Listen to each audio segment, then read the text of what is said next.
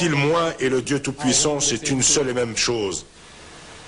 Y a-t-il un seul chrétien qui puisse me citer un verset qui dise, moi et le Dieu Tout-Puissant, c'est une seule et même chose? Parmi ce vaste auditoire, y a-t-il un chrétien qui puisse me donner une... Qu'est-il dit dans Jean 14? Qu'est-il dit? Pardon. Exact. Non, la référence est incorrecte. La référence n'est pas Jean chapitre 14, 6. La référence est... La citation est exacte. Moi et mon Père, nous sommes un. La citation est correcte. Mais elle se trouve dans Jean chapitre 10, 30.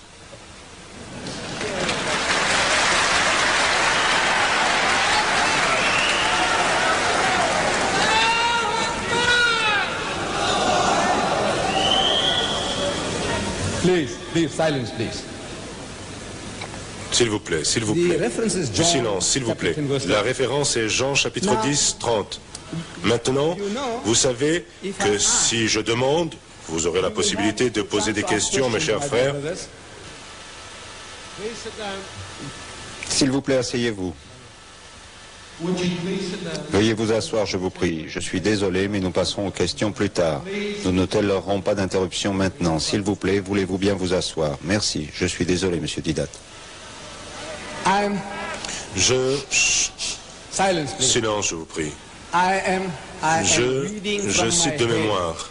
Et mon frère Choulouch vient juste de confirmer que c'est Jean chapitre 10 verset 30. Maintenant, voyons le contexte. Voyez-vous, cela fait maintenant 40 ans que je m'adresse aux gens. Et quand on cite ce verset dans lequel Jésus dit « Moi et mon Père, nous sommes un », ce verset existe bien dans la Bible. Vous ne pouvez pas le nier. Ma question est, quel est son contexte?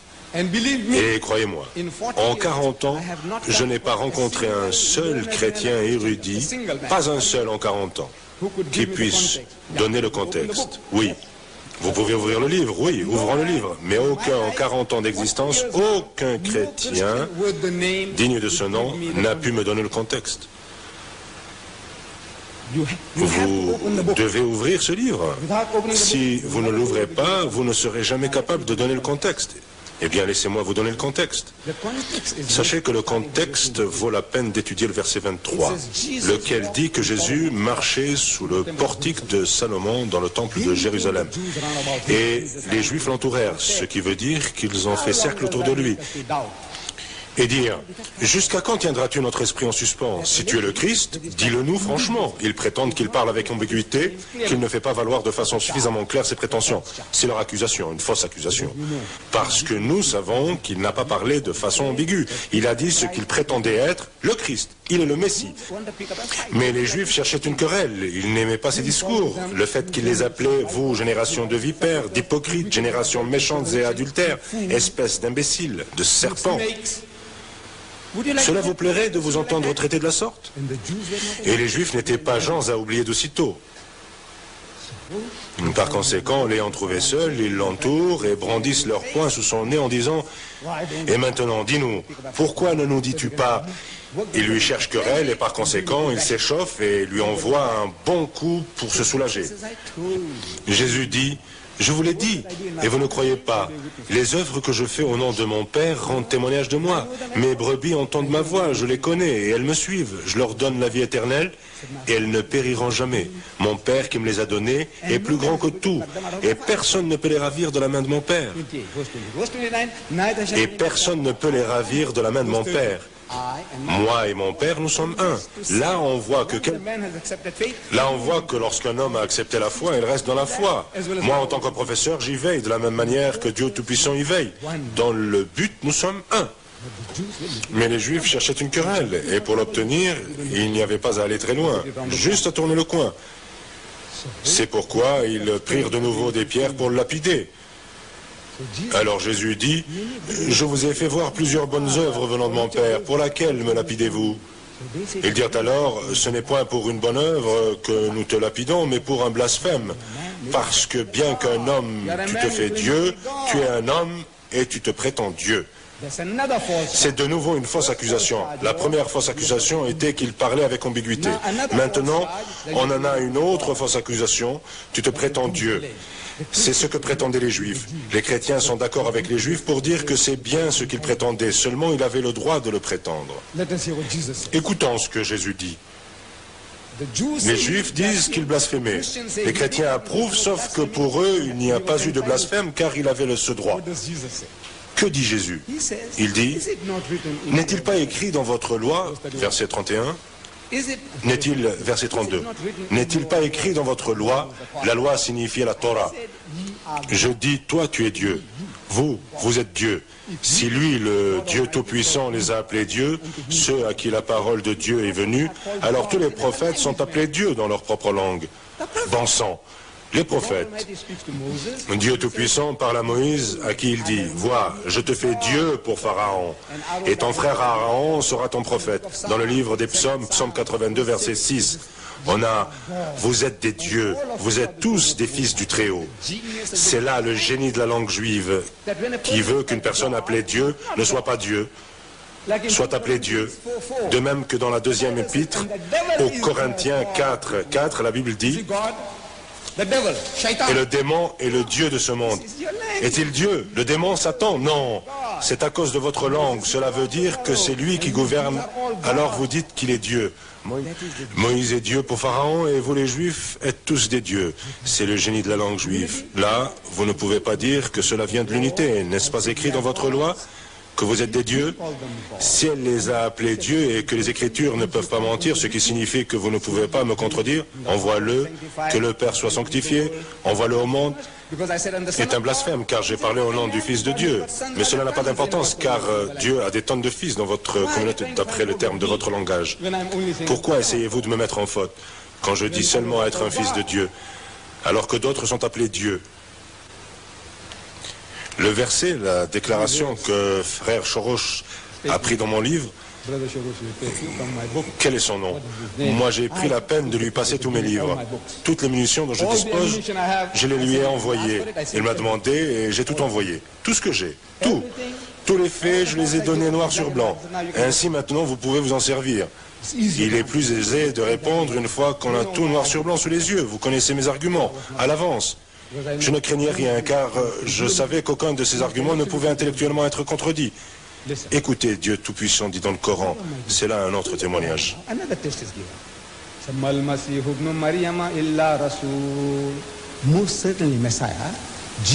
Jésus, fils de Marie, n'est rien de plus qu'un apôtre. Nombreux sont les messagers qui ont été pris pour lui. Et sa mère était une femme vertueuse, une femme sainte.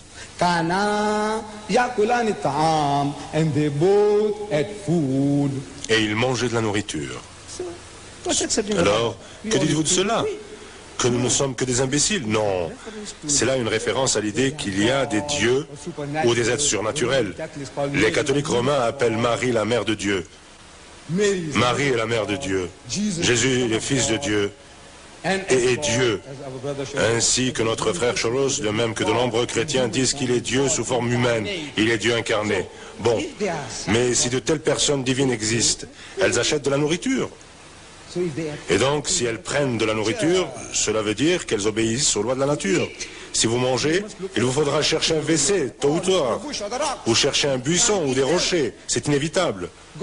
Dieu Tout-Puissant ne vous parle pas de toutes ces choses. Écoutons ce qu'il dit.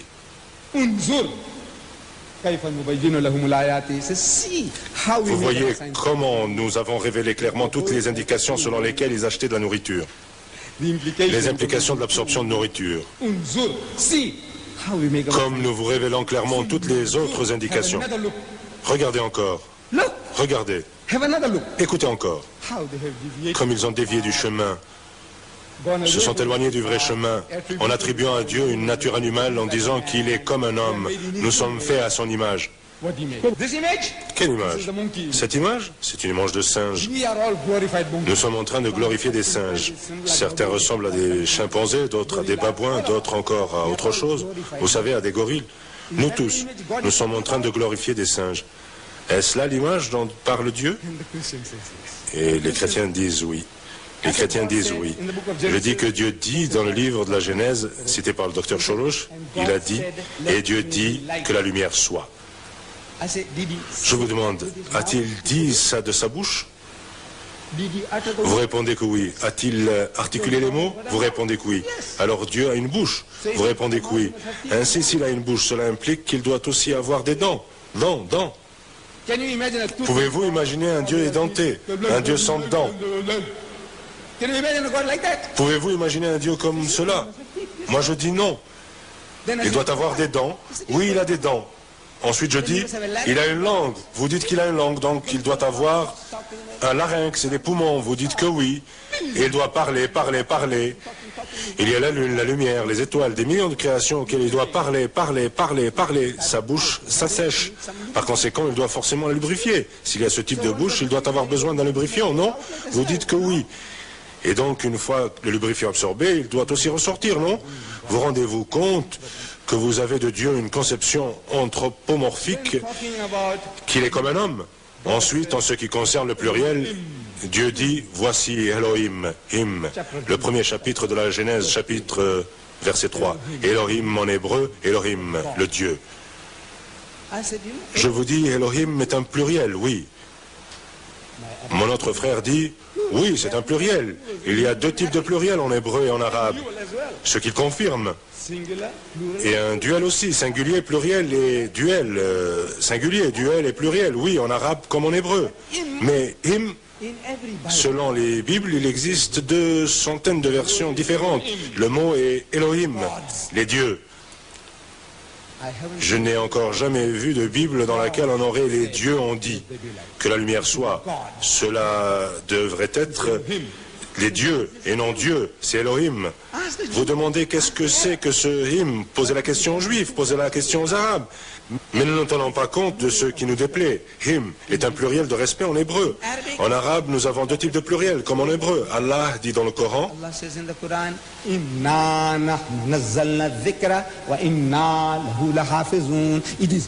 nous qui avons envoyé la révélation et c'est à nous de la protéger. Demandez à n'importe quel musulman, au plus simple d'entre nous, combien y a-t-il de Dieu là-dedans? Il vous répondra un. Alors qui est ce nous? Qui est ce nous? Demandez aux Arabes. Aucun Arabe en plus de 1400 ans n'a jamais accusé les musulmans d'adorer plus d'un Dieu. Ensuite, le Coran dit Dieu est unique. Alors, aucun Arabe ne met en cause le musulman et ne lui dit qui est ce nous? Qui est ce nous? Pourquoi ne pas nous le demander? Pourquoi ne pas demander à nos frères arabes? Qui est ce nous? Qui est ce nous? Ne le savez-vous pas? Vous parlez arabe. L'arabe est votre langue. Vous savez que nous avons deux pluriels. Un pluriel de pluralité et un pluriel de respect. C'est un pluriel de respect comme dans chaque langue. Pendant 1400 ans, aucun arabe ne nous a mis en cause. J'aimerais poser une question au docteur Choros, lui dire, alors, comme cela, le Coran est supposé contenir plus d'un Dieu? J'aimerais l'entendre de sa bouche. Je dis qu'il y a deux types de pluriel, le pluriel de respect, le pluriel de pluralité. C'est en hébreu, c'est en arabe. Donc, Jésus mangeait, sa mère mangeait. La Bible dit, le Fils de l'homme est venu, le Fils de l'homme de nouveau, le Fils de l'homme, Jésus, est venu mangeant et buvant, et ils disent c'est un mangeur et un buveur. Ce sont les mots de Jésus. Vous voyez, les gens pensent que vous êtes un mangeur et un buveur. Matthieu chapitre 11, verset 19, et Luc chapitre 7, verset 34. Qu'est-ce qui en fait un Dieu alors? Sa naissance? Il est né sans père humain. Par conséquent, il doit avoir un père, et par conséquent, son père est Dieu. À cela, le Coran répond très simplement. La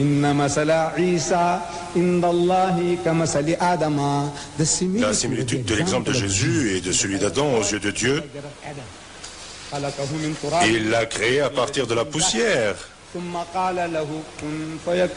il dit soit et il fut.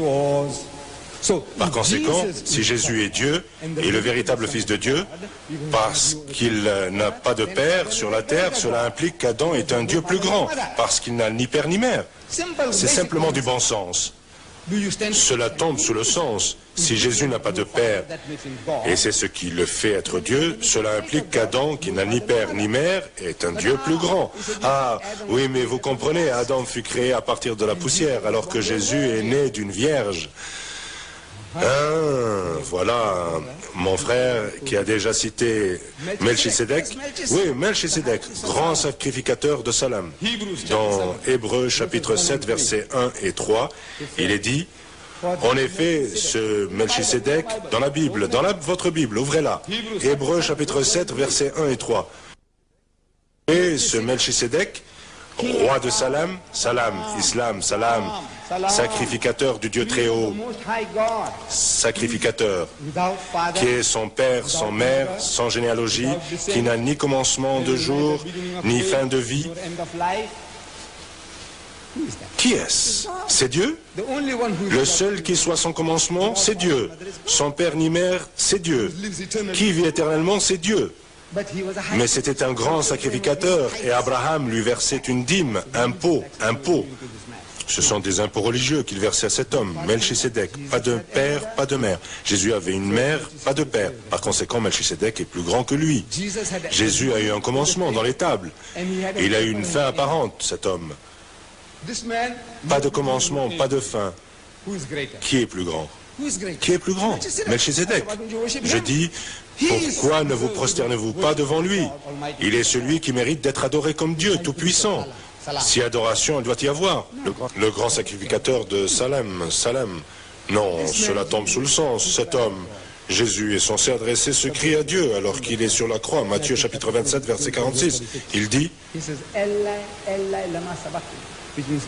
qui veut dire, mon Dieu, pourquoi m'as-tu abandonné? À qui lance-t-il ce cri? À lui-même? S'agit-il d'une mise en scène de sa part? Monte-t-il le drame de sa mort? Oh mon Dieu, pourquoi m'as-tu abandonné? S'il est Dieu, comment peut-il s'abandonner lui-même? Et de nouveau, dans Marc chapitre 15, verset 34, on lit la même chose. À qui s'adresse son cri? Il s'adresse à Allah. Eloi, Allah, Allah. Je me tourne vers les témoins de Jéhovah. Il y en a parmi les chrétiens. Vous les connaissez, ils harcèlent les gens. Les témoins de Jéhovah. Je leur pose la question. Quand Jésus dit « Eloi, Eloi, lama sabachthani », je leur pose la question. Est-ce que ça ressemble à Jéhovah, lama sabachthani? Il dit non. Il dit non. Alors je lui dis d'écouter de nouveau. « Eloi, Eloi, lama sabachthani ». Est-ce que ça sonne pareil que « Abba, Abba, lama sabachthani » Abba veut dire père. En hébreu, non. Écoutez, Eloi, Eloi, lamma sabachthani en hébreu, Allah, Allah, lamma sabachthani en arabe. Cela sonne pareil. Oui, ensuite dans le livre de l'Apocalypse, chapitre 19, nous voyons la vision de l'apôtre Jean. Dans sa vision, il entend chanter les anges. Alléluia, Alléluia, Alléluia, Alléluia. Dans mon pays, quand les chrétiens sont en extase, ils hurlent Alléluia, Alléluia. Je vous le demande, qu'est-ce que c'est qu'Alléluia? Ibipura. Non, non. Qu'est-ce que c'est qu'Alléluia? Ya est un vocatif et une exclamation en arabe et en hébreu. Nous mettons l'exclamation au début. Ya akhi, oh mon frère. Ya ummi, oh ma mère. Ya Allah, oh Allah. Les Occidentaux, eux, mettent l'exclamation à la fin. Stop, point d'exclamation. C'est un incendie, point d'exclamation. C'est l'occidental, c'est comme cela. C'est le génie de sa langue. Allah,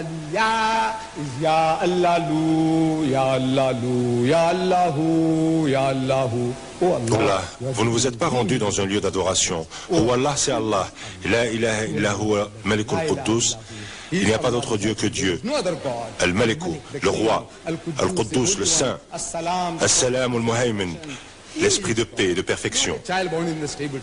C'est lui qui est Dieu, et non un enfant né dans une étable de Jérusalem. Qu'est-ce qui le fait Dieu? Je veux que quelqu'un me dise.